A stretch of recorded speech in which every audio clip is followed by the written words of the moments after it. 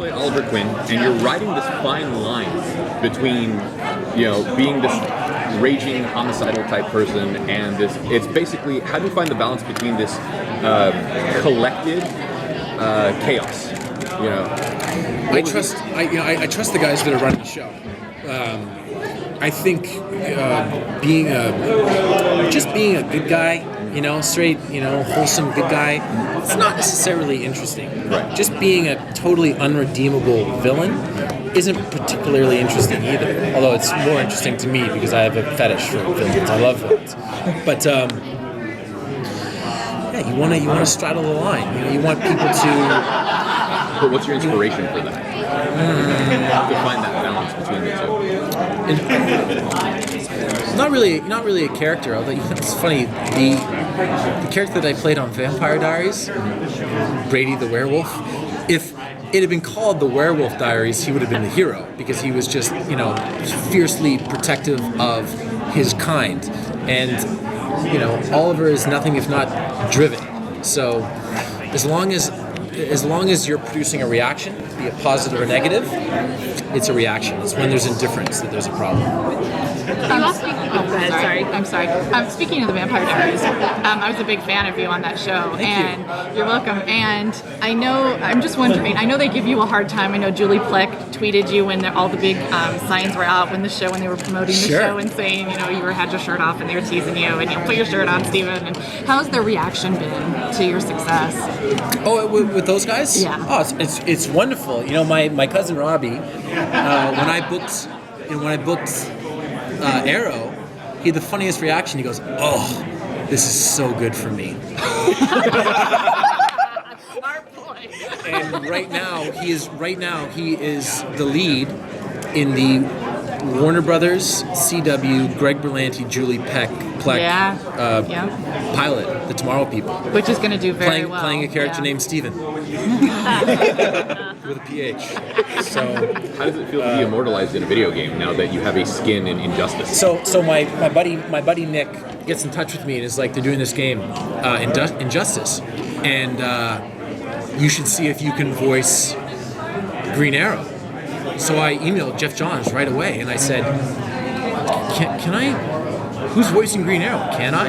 And he goes, do you want to? I said, yes, of course. And that's pretty rad. I give him all the credit. I took Nick out for a big dinner, with video game check. So it was it's really exciting. And I didn't know that they were going to actually create the skin, but it's pretty cool. You're very open with your fans in terms of interacting with them on Facebook and Twitter. What has that reaction been like? It's really cool. I'm running my Facebook page the same way that I ran it when there were 200 likes on it, and now we're up close to 100,000. And it's a process, and it's a learning process too. Because when I say stuff, I'm beginning to learn that it's news. If I just do a quick video answering fan questions on Facebook, then I see it on television the next day, or Tumblr, wherever, or it was like, I just, I woke up early on, what was it? Thursday, I think it was like Thursday morning or Wednesday morning. I had the day off, and I wrote a quick thing about marriage equality, and I didn't need it to be political or anything like that, but all of a sudden it was on the Huffington Post. Arrow star speaks out on marriage equality. What the hell is that? But I don't begrudge or I'm not going to judge an actor in this day and age who doesn't interact with their fans that way. But I mean, it's so easy and simple, and I think that people should. When we got picked up for the back 9 episodes, and I prematurely tweeted that because I didn't know that it wasn't public information.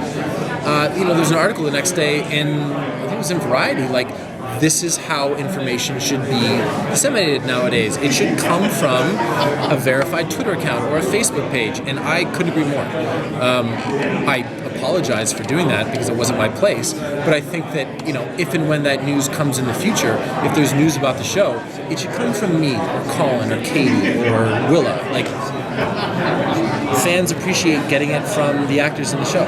Speaking of social media, why did you choose to address the 50 Shades of Grey on your Oh my God. Let's talk about that. That made big news, didn't it? That made huge news. That was lesson number 1, wasn't it? Oh my goodness gracious! Yeah, I was at Focus Features and I had a meeting, and it wasn't specifically for 50 Shades of Grey, but that was one of the topics that we just covered and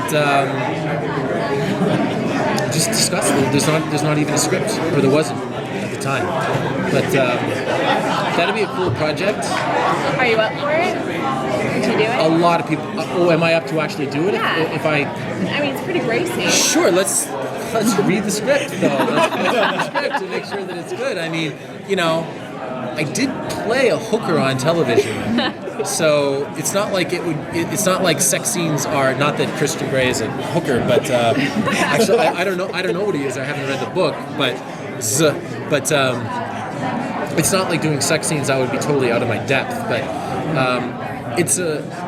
that movie's going to have a lot of scrutiny around it because it's like, how are they going to get an R rating? Like, what are they going to do? Is the script going to be good? I mean, those are all things to consider. How much have you saved on razors now that you get to have a 5 o'clock shadow? It's fantastic, isn't it? Yeah. I had to be clean shaven for episode 21 where we have our way back flashback. And that was the first time that I had taken a razor to my face in a very, very long time. So I saved the time. So one of my favorite relationships is you and Felicity right now, and there's that great moment at the end of this week's episode with that hand. Is there something else there? Is that just a lot of subtext? I'm a boy and she's a girl, and she's very, and she's very pretty and smart and capable, as we are finding out in upcoming episodes, where we get to dress her up again in episode 21. The reality of it is, she's, the one person right now of the opposite sex, as lovely as Diggle is, that I can be myself around. And there's obviously something that, that certainly makes her attractive to me, I think. Something I really like is you essentially play 3 different characters. It's between Oliver on the Island, Oliver Queen, and Arrow. How do you kind of switch between them as you do each? So Oliver on the Island just just slumps a little bit, and the most fun that I've had actually recently is there's Oliver on the Island, there's the vigilante, and there's Oliver's persona that he puts on in the present day. But for our way back flashback, it's Oliver pre-island, and he doesn't have a care in the world. Sleeps in. There's this great line where Susanna is talking to someone, and he says, "Is Oliver up yet?" And she's like, "It's not even new. He's not up." So that's been really fun. But the wig really helps.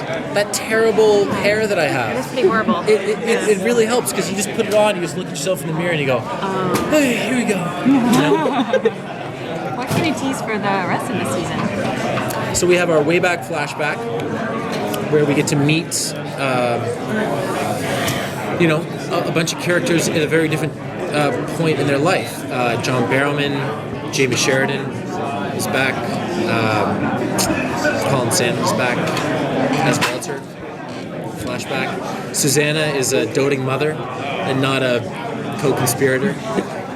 And then we're building towards the critical incident on both the island in terms of fires and Yao Fei and all of that, and the present day, Starling City, in terms of the Glades and Oliver and Tommy and Oliver and Laurel and Oliver and everybody at this point.